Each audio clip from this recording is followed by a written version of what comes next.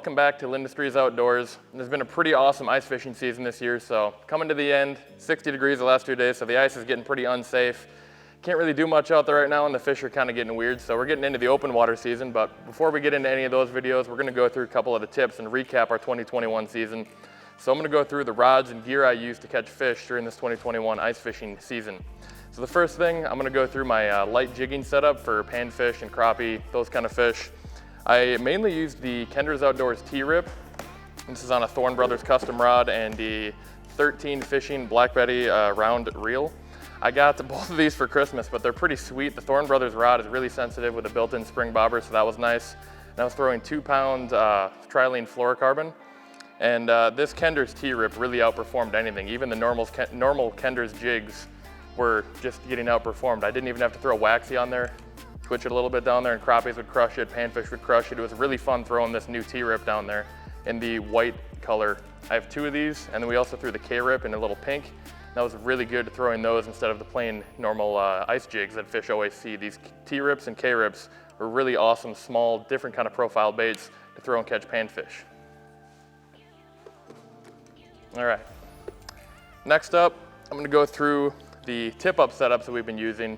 So as you see in a lot of our videos, at least me, I throw the iFishPro tip-ups is what I've been using, and Firehouse tip-ups.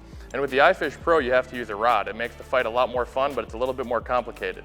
So my first rod that I've been using, I got it this year, St. Croix Custom Ice. This is a medium light fast action. It's for walleye and perch jigging, but it's been really nice to use in the iFishPro as well. I originally picked it up for my trip to Mille Lacs. And it's been a really fun iFishPro rod to use too, because it's got a little bit more backbone, but it's super sensitive and fun to fight on too.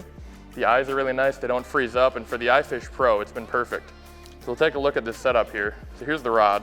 I'm running an Garcia Ice Max reel with Berkley braid and trilene fluorocarbon. And then with the iFishPro, you have to have this little keeper here that'll pull and set off the iFishPro. So you have to have a line tie and a stop. And that pulls it off when the fish bites, pulls down, the flag goes up, and then you're just left with the rod when you go to reel in the fish. And other than that, it's been pretty similar to a normal tip-up setup. Running the fluorocarbon with a weight a couple inches up to let the shiner move around.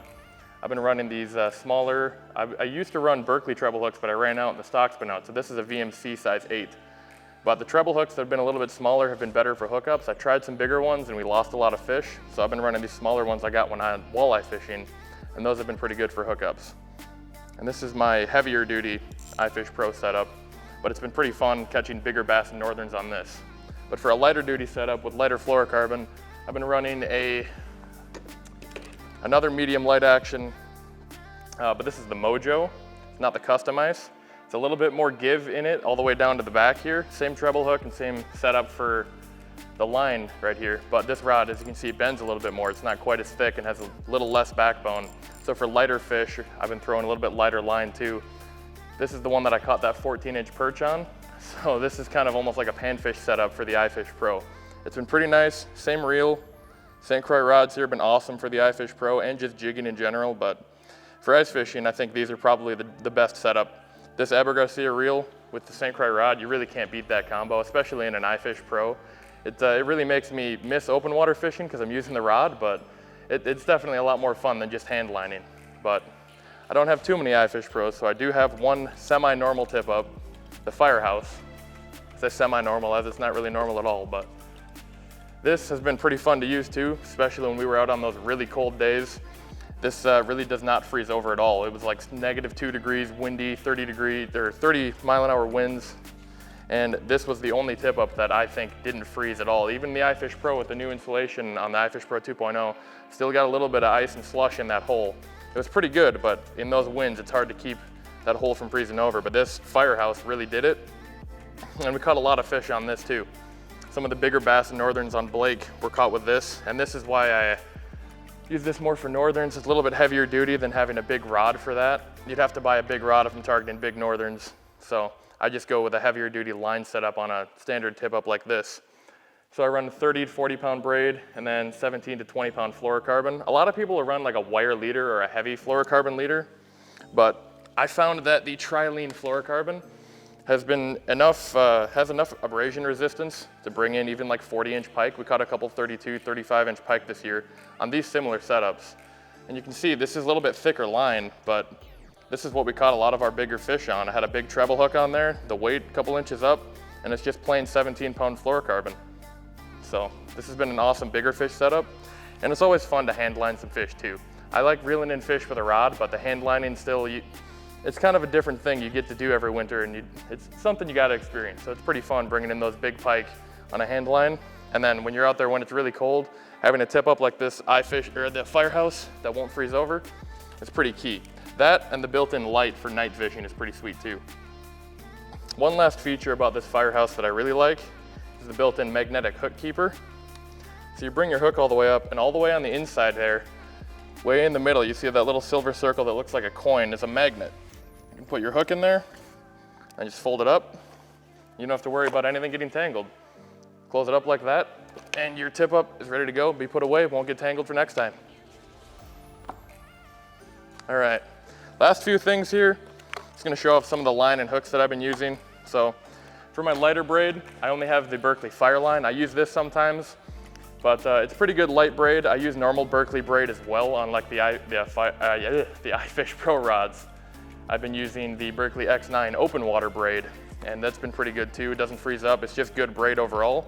And then for lighter stuff, I'll run the Berkley Fire line. And then the main fluorocarbon, like I said, trilene fluorocarbon. I use this all the time, open water, ice fishing.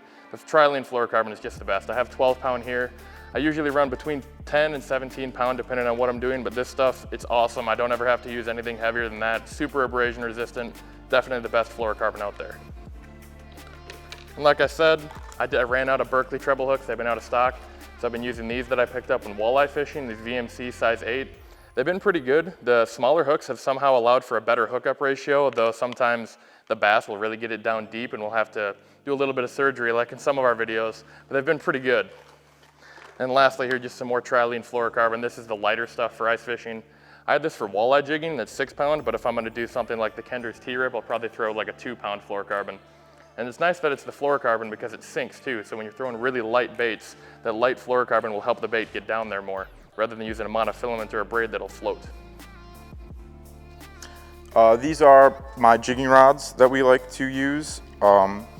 This one here is a St. Croix Gold Series 24-inch light. I spool it with the Dave Gens Ice Spooler 100 size with 2-pound trilene 100% fluorocarbon rigged with the Kenders K-Rip. The K-Rip was outperforming the regular Kenders jig almost 3-to-1 on my home lake a couple weekends ago, so there you go. Here is the tip-up setup that we normally use. I say that mine is a little bit more finesse than most. I use the Beaver Dam 25th anniversary, pretty nice. I run a size 8 Berkley Fusion 19 treble hook on 12-pound trilene 100% fluorocarbon leader. This one's a little shorter than I'd like, but normally I'd run it about 2 to 3 feet. So this is right at the short end, and then about 10 to 12 inches above the hook, I put a 00 split shot. This allows for quite a bit of movement from the shiners, which I think really helps the evasive action that they emit, which triggers a lot of bites. So just for easy hook management, I like to use this cable tie with the loop, and then you just put the hook in there and you can tighten it down. And then once these are stored and stowed, I like to keep them in this Plano 26-inch grab and go. Has this top where I keep my line and stuff, and then inside you can keep your beaver dams nice and parallel, so the grease doesn't come out of the shaft in here. The grease is in there, so you don't want that. You don't want that to fall out, I guess. I don't know where I was going with that. Anyway.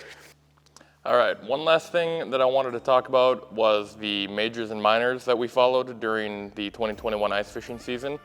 I follow them open water fishing as well, but they don't seem to play as big of a role. In ice fishing, it seemed like clockwork. As soon as there was a major or a minor, a tip-up would go off, or we'd get into a 30-minute or an hour-long session of Tipups just going off like crazy, and it seemed to line up perfectly with majors and minors. And the way I tracked that during this season was a new app that I got. It's just called Fishing and Hunting So Winter Time, and I'll throw some screenshots up and I'll link it below.